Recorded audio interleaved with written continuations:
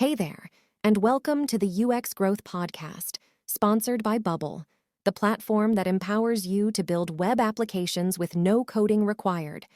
This is your go-to spot to dive deep into all things UX design. Here, we tackle the questions you've got about navigating the UX field and share a thing or two to help you grow in your UX journey. Each episode is all about making the tough stuff feel doable and inspiring you to take the next step in your career. Now, let's jump right into today's chat.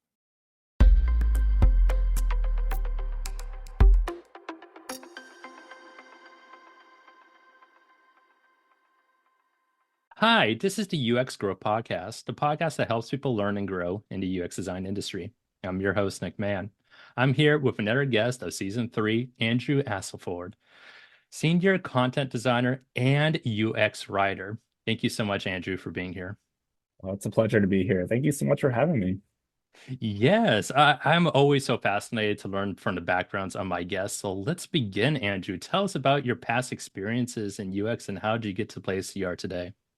Yeah, I love telling my story, and it's one of those things I never would have guessed that I'd be where I am today. I grew up wanting to be a journalist and a sports journalist, actually. It was a bug I caught in it was had to be middle school, and then I went to worked at my hometown newspaper in high school and went to college to be a long form narrative magazine length journalist, a person who wrote those kind of long stories. And I was in the industry for about 8, 9 years, and then had a few layoffs. And I was like, what do I want to do next in my life? And I was very fortunate to discover UX and content design, and kind of fell into this life. But it's something that's been really stimulating to grow and reinvent myself. And it's been a really great journey so far. So yeah, I really feel fortunate to be doing this now, and always love sharing what I've learned along the way, and just expressing how thankful I am to kind of be doing this now. But yeah, it's been a rewarding life, and happy to be doing it right now. Yes, I know one thing that you are super talented in, and that is content design. So I'm so curious for my beginner listeners, what is content design and what is it so critical in creating user experiences?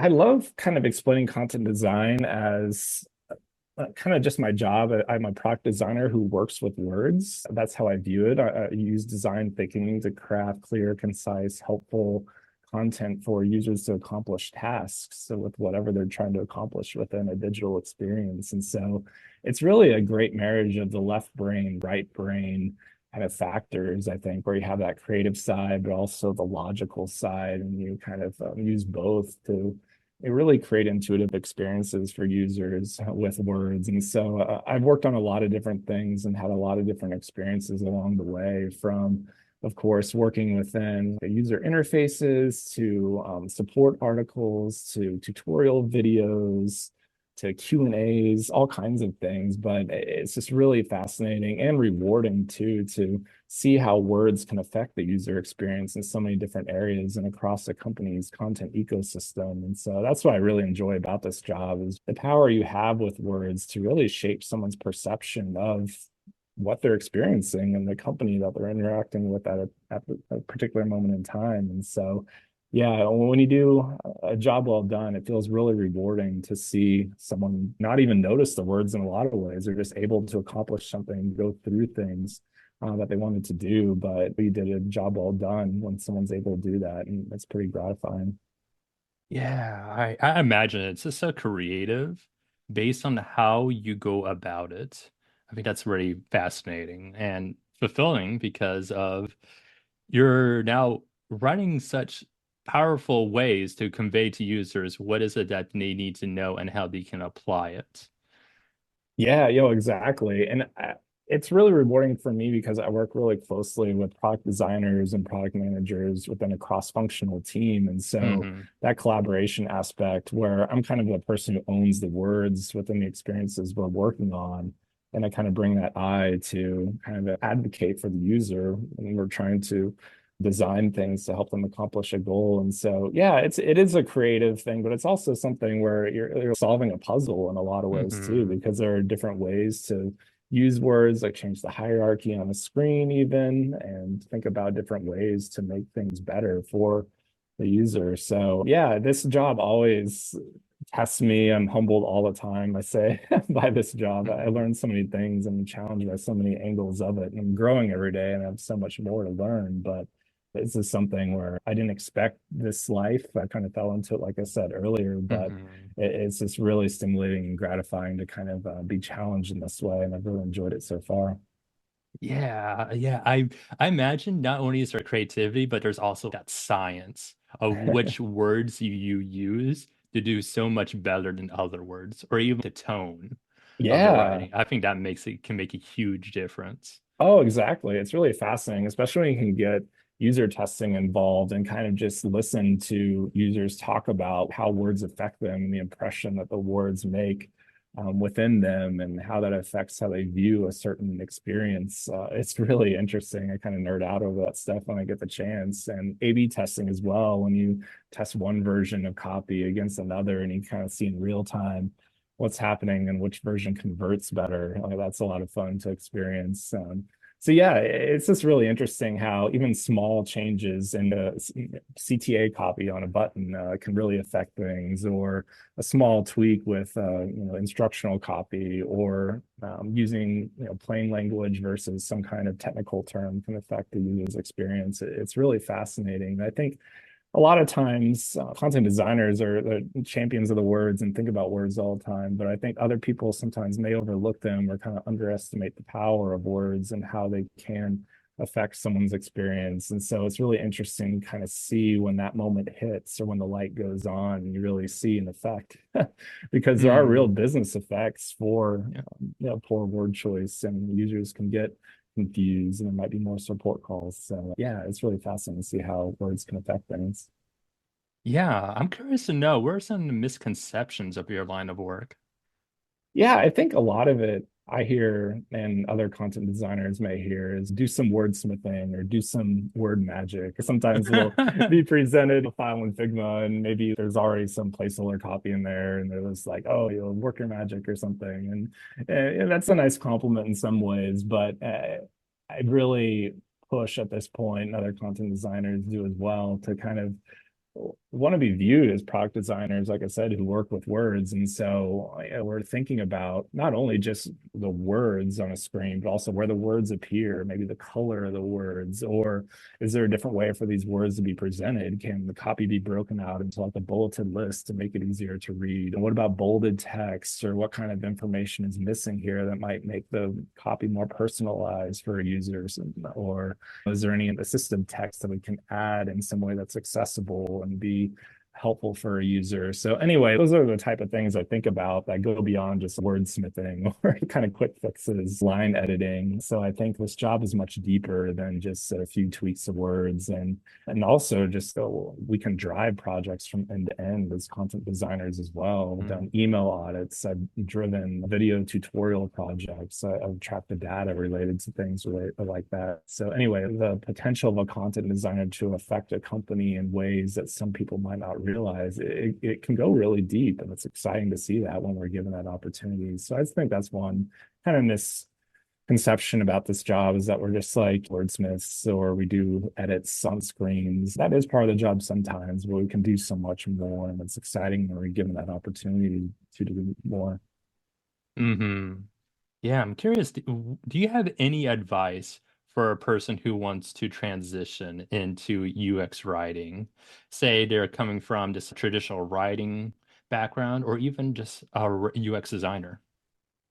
That's a great question. It's a topic I'm pretty passionate about because I did kind of fall into this life, and I feel fortunate to be doing it now. And I think a lot of it these days, it is harder to break in than when I did it 5 years ago. But I think it's just about finding an opportunity to work on any digital experience that you can and make the words better, make a content ecosystem better, and just find ways to do it. And I view writing as a craft and a muscle that you build over time. And so the more you can just find ways to do it and add to your portfolio, I think is important. And don't get caught up in titles too. I think a lot of people tend to think about, Hmm if they're not doing a job that's labeled content designer or UX writer or UX content strategist or something, then they're not doing the job somehow. But that's just not true. If you're working on emails somewhere, working on a landing page, or the tutorial videos or help articles. That's content design to some degree. And so, yeah, don't limit yourself to what your perception of UX writing or content design might be based on what you see on LinkedIn or podcasts or YouTube videos. Just do the work and know that if you're making something better for the user based on using a clear, concise, plain language, then you're doing content design, and that's important. So, yeah, that's some advice I'd give for anyone who's trying to break in at the moment. Yeah, that's very powerful advice. And I completely agree on the titles. I think that's my biggest pet peeve in the Yeah. UX field because, man, there is just so much discourse and Yeah. as well as confusion about what every design UX role does exactly and how not Mhm. every role applies to the same company in the same way. So when it Mhm. comes to the interview process, there's some sort of guessing game of what to expect and hope that everything aligns and what which the candidate and the employer would assume would work out. Mhm. Or feels if we just have more titles that are ubiquitous about Mhm. throughout the field, I think Yeah. that would reduce a lot of confusion, a lot of frustration, and the people who apply to the jobs are the right fit for the jobs too. So like Yeah. because I Oh, think that's also the totally. reason why the current state of all the layoffs that's going on, that's just such Mhm. an issue upon an issue now that we're having in the industry. Oh, my heart goes out to everyone who has experienced it. I know I have personally too. Yeah. Yeah, no, definitely. I mean, the title topic that you brought up is something I've thought about a lot because in my area of content design, we've had so many different titles over the 5 years I've been in this field. I was a UX content strategist at my first UX job, and now I'm a senior content designer in my current job. And a few years ago, I really noticed a change within my industry where we moved to content designer, and I kind of align with that title more than UX content strategist because day to day, I'm working within Figma. I'm Hmm. sometimes working with the UX researcher, and I just feel like a designer more. I'm doing the actual tactical work than maybe a strategist or someone who might have a bird's eye view of things. So anyway, I totally get your point about titles because we've had kind of confusion over time where someone I might wonder like what's the difference between a UX writer and a content designer even. And to me, a content designer is someone who works within experiences that cover a company's entire content ecosystem, from emails to support articles to UI copy. And it's a larger umbrella where to me, like a UX writer is working within like a UI experience or working within a cross-functional team. So anyway, there are subtle Hmm. differences, but over time, I can see why people get confused by the titles. And yeah, for word people in industries centered around words, it's interesting that we struggle with that, but it's a real thing. Yeah, no, I imagine a lot of people don't even know what is a UX writer. How is that compared to like a copywriter? I imagine a lot of people would assume they're the same thing.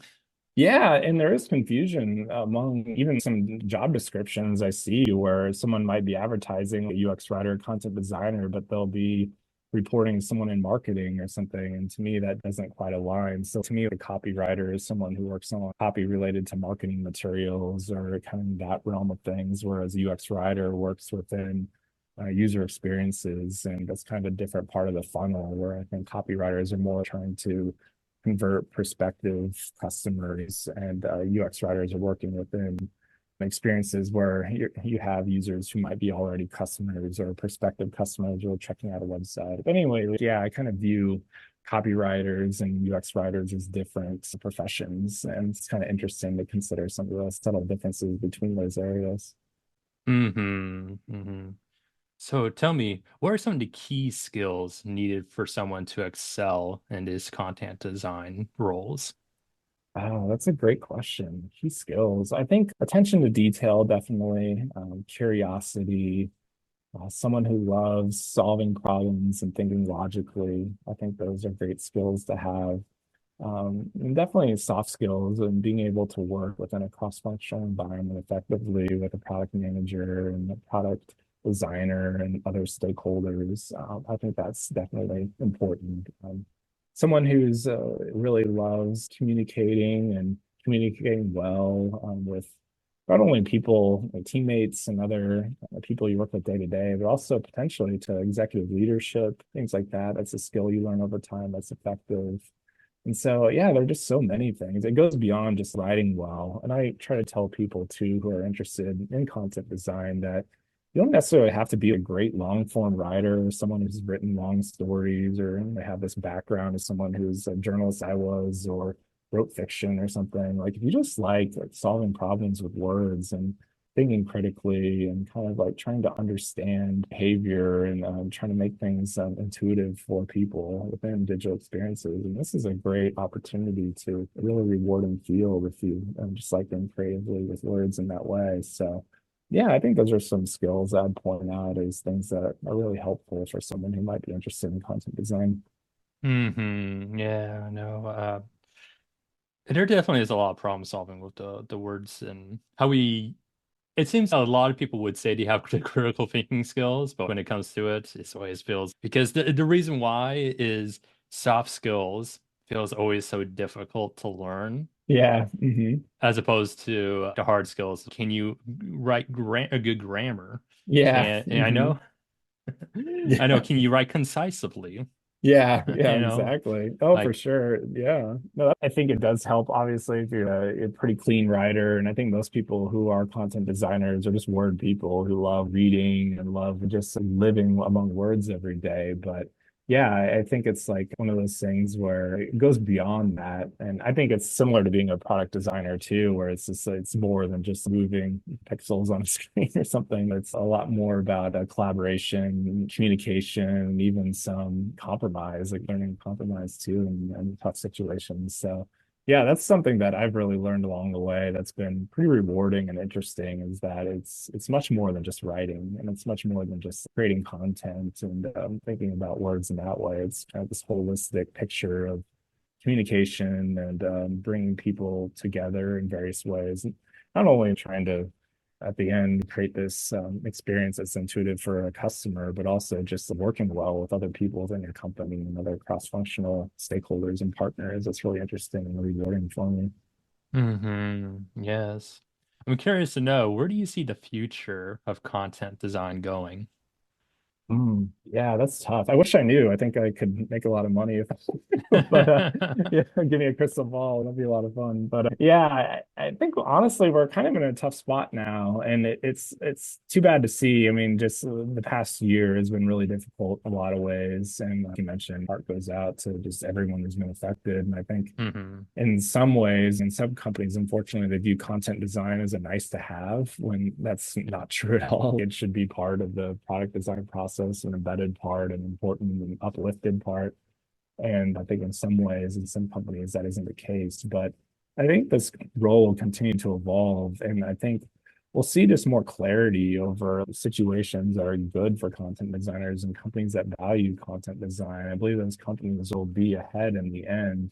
And so, yeah, I think we're entering a point where this field is no longer a curiosity. Maybe it was when I joined in 2018. I felt back then people were, what is content design or what does a UX content strategist do? And even product managers, how we work with you, things like that. But I think we're beyond that. There's more expectation now and just like a higher bar for the discipline as a whole in a lot of places. And that's a good thing too. But yeah, I think we'll continue to see that. We're just going to have to kind of evolve in new ways and think like designers, just consider ourselves product designers above all and view ourselves on an even playing field as other people within the UX organization. So yeah, that's where I see things going, continue to mature and evolve, and it'll look probably completely different 5, 10 years from now than it does now. And there'll be different tools and different processes. But in the end, I think some of those things I mentioned earlier about if you love solving problems and you're curious and you're empathetic,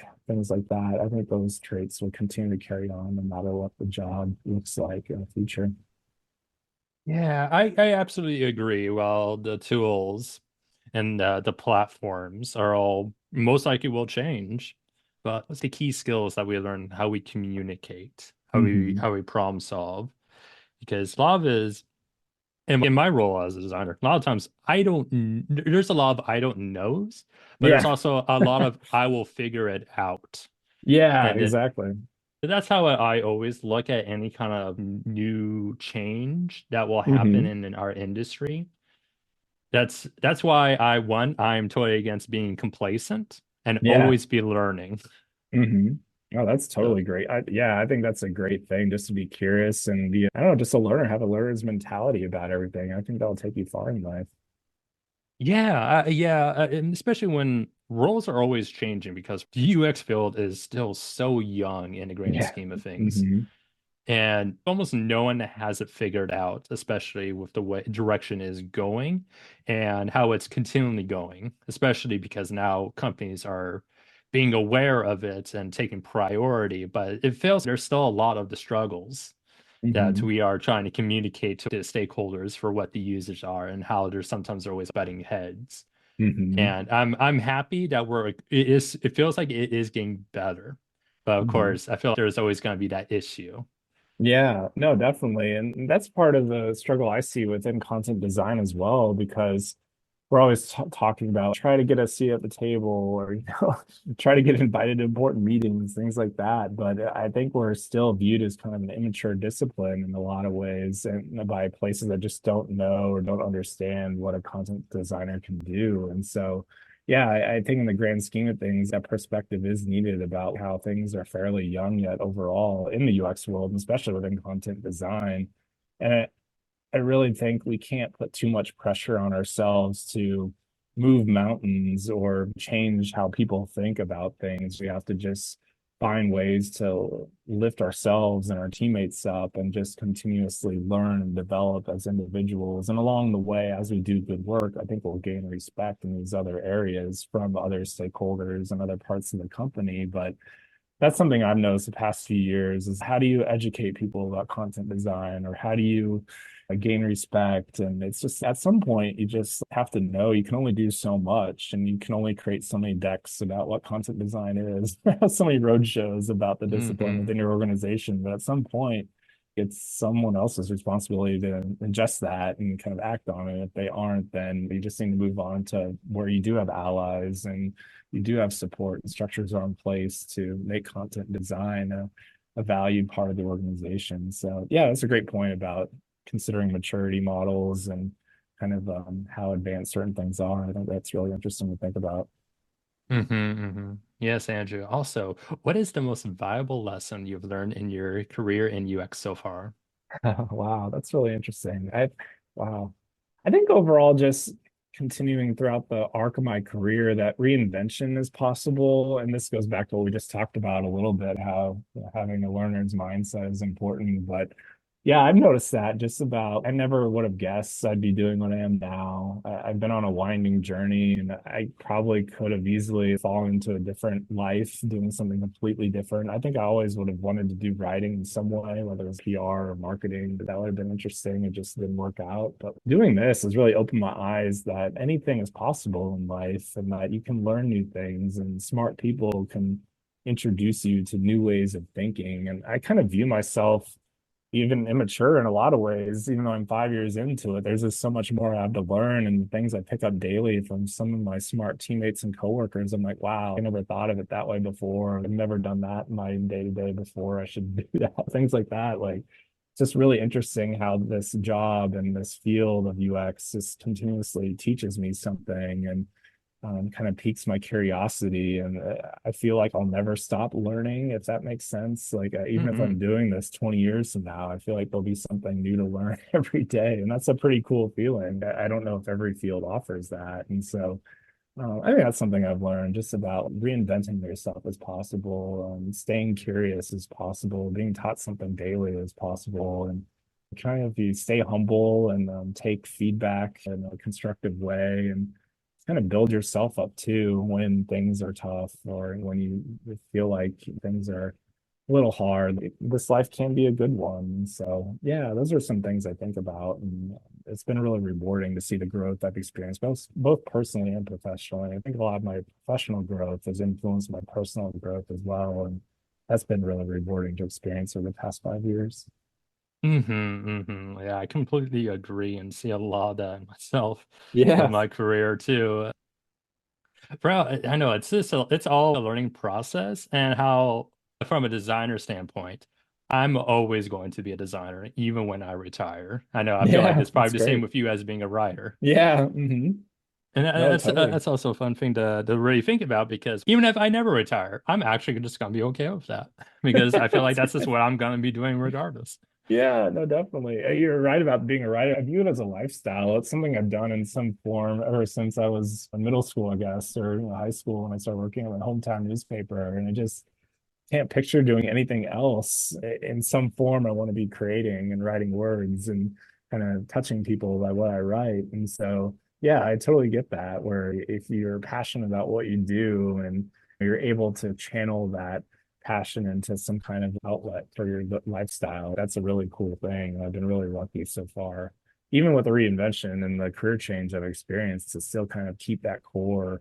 love alive of writing and then thinking about words and living with words. That's really cool and rewarding. So yeah, I totally get that. I think that's a cool thing, having a lifetime journey with something. That's great. Hmm. So, as we're drawing close to this episode, what's the best way to support what you're doing, Andrew? Oh wow, I love sharing thoughts about content design and career transitions and just personal growth on LinkedIn. You can follow me on LinkedIn, Andrew Astleford, and search me. I connect with everyone who offers to connect with me. So feel free to connect with me or message me. And yeah, I try to write every day. And I love kind of just journaling about my professional life and my thoughts and any updates in my career journey too. I share those. But yeah, feel free to follow me on LinkedIn, connect with me, and I try to create ongoing conversations with people, and it's really rewarding to kind of talk with people over time and kind of see their development. So yeah, I'd love for you to follow me on LinkedIn. That'd be fantastic. Yeah, and you can find Andrew's LinkedIn found in the show notes, so you can easily check out all his writing, posts, and thoughts and be able to connect with him. So, before we draw an end to this episode, what would you say as a final closing words to our audience? Oh, that's great. This was a lot of fun. Thanks so much for the invite, first of all. But yeah, I'd just say stay curious and trust yourself. That's something I've learned in my various twists and turns along the way. And there was a lot of trust involved and kind of naivety and just blind ambition when I changed careers and I kind of fell into this life and discovered UX. But I've learned that that's possible and that it's rewarding to kind of see yourself do different things and think in different ways. And so if you're at kind of a precipice in your life or a crossroads and don't quite know where you're going next, trust yourself that you'll find a way. And no matter the direction you take, you're capable of doing good things. And so, yeah, I'd just like to leave that message with with everyone out there and anyone who's experiencing that right now. Yeah, there's a rewarding life no matter what direction you take, and just trust yourself that you'll be able to survive and thrive moving forward.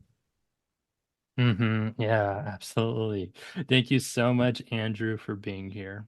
Oh, thank you, Nick. This is a lot of fun. Thanks for your time today. Yeah, please do support our guests. And until then, you just listen to the UX Grow podcast. I'm your host, Nick Mann. Thank you for listening. That concludes another episode of the UX Growth Podcast. We appreciate your time with us today. If you found value in this discussion, we invite you to follow us on your preferred podcast platform or to connect with the host on LinkedIn. Before we part ways, we'd like to acknowledge our sponsor, Bubble. If you're looking to create web applications effortlessly, Bubble's no-code platform is your gateway. Build your projects with intuitive drag-and-drop actions, making the complex seem simple. And the best part? You can kickstart your app development journey without any coding expertise. To support the show, we encourage you to visit our sponsors link, which can be found along with other links in the show notes. Until our next episode, continue your exploration, learning, and growth in the UX design field.